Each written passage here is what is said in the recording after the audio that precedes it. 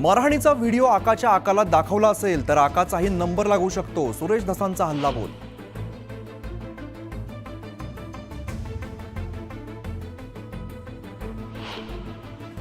अजय दादा क्या हुआ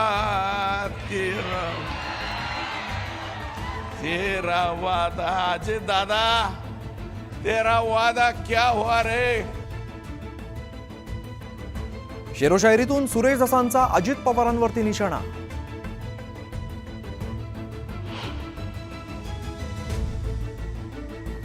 सगळे आरोपी पुण्यात कसे सापडतायत? पुण्यामध्ये आरोपींना कोण सांभाळतंय? मनोज जरांगेंचा सवाल. मदत करणाऱ्यांना सहआरोपी करण्याची मागणी.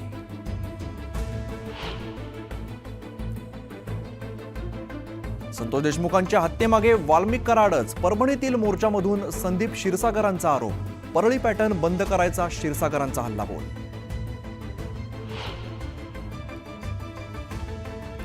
संतोष देशमुख हत्या प्रकरणातील तीनही आरोपींना 14 दिवसांची पोलीस कोठडी. सिद्धार्थ सोनवणे, सुदर्शन घुले, सुधीर सांगळेची रवानगी कोठडी. आणि सर्वांनी बघावी अशी ही नाटिका आहे, कारण खंडामध्ये विखंडित असलेल्या भारताला एकसंध करून एक प्रचंड आणि अखंड भारत निर्माण करण्याचं काम चंद्रगुप्त मौर्यांच्या माध्यमातून चाणक्यांनी केलं होतं. राजनीती, कूटनीती आणि अर्थनीती ज्या तीन गोष्टी कुठल्याही देशाला महत्त्वाच्या असतात, त्या तिन्ही गोष्टींची मानकं ही 2500 वर्षापूर्वी आर्य चाणक्याने तयार केली होती, जी आजही आजच्याही परिस्थितीमध्ये अत्यंत सुप्रस्तुत आहे.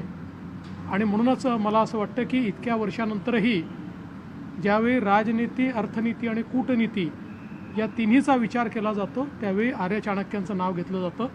आणि म्हणून मी हा प्रयोग पाहण्याकरता. सर, मेट्रोच्या काही आदेश देण्यात आले.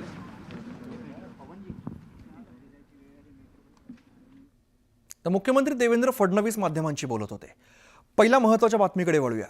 मुंबईमध्ये मराठी तरुणावरती पुन्हा अन्याय करण्यात आलेला आहे. मराठी मुलं आमच्याकडे कामाला येतात आणि 2 दिवसात सोडून जातात, म्हणून आम्हाला मराठी पोरं कामाला नको असं म्हणत मुंबईतील एका कंपनीमध्ये मुलाखतीच्या वेळेला मराठी तरुणाला कामावरती घेण्यासाठी नाकारलेला आहे. हा प्रकार शिवसेना ठाकरे गटाकडे आला असता ठाकरे गटाचे विभाग प्रमुख संतोष शिंदे यांनी व्यापाराला जाब विचारलाय. बसायसाठी मी आलो नाही. तुम्ही सांगितलं मराठी पोरांना आम्ही नोकरी देणार नाही, त्याचं उत्तर विचारायला आलोय तुम्हाला. काय बोलले तुला? मराठी माणसांना नोकरी आम्ही नाही देऊ आणि मराठी माणसं 2 दिवस करतात काम आणि निघून जातात. आम्ही ते बोलतात की 2 दिवस मुलगा काम, पण सगळेच मुलं तशी नसतात ना. काही मुलं सगळी कामं करायसाठी असतात. सगळी मराठी मुलं काय कामचोर आहे का? म्हणजे तुमचं बोलायचा अर्थ असा होता त्यांचं. आणि असे बोलत होते एकदम रुबाबने की म्हणजे त्यांचे ते आपल्या मराठी लोकांना आता चालवतात ते.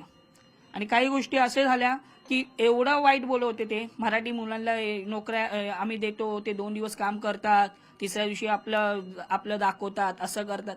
म्हणलो सर तुम्ही असं का बोलता? ते मी एवढा प्रश्न केला आणि नंतर स्वतः निघून गेलो. मग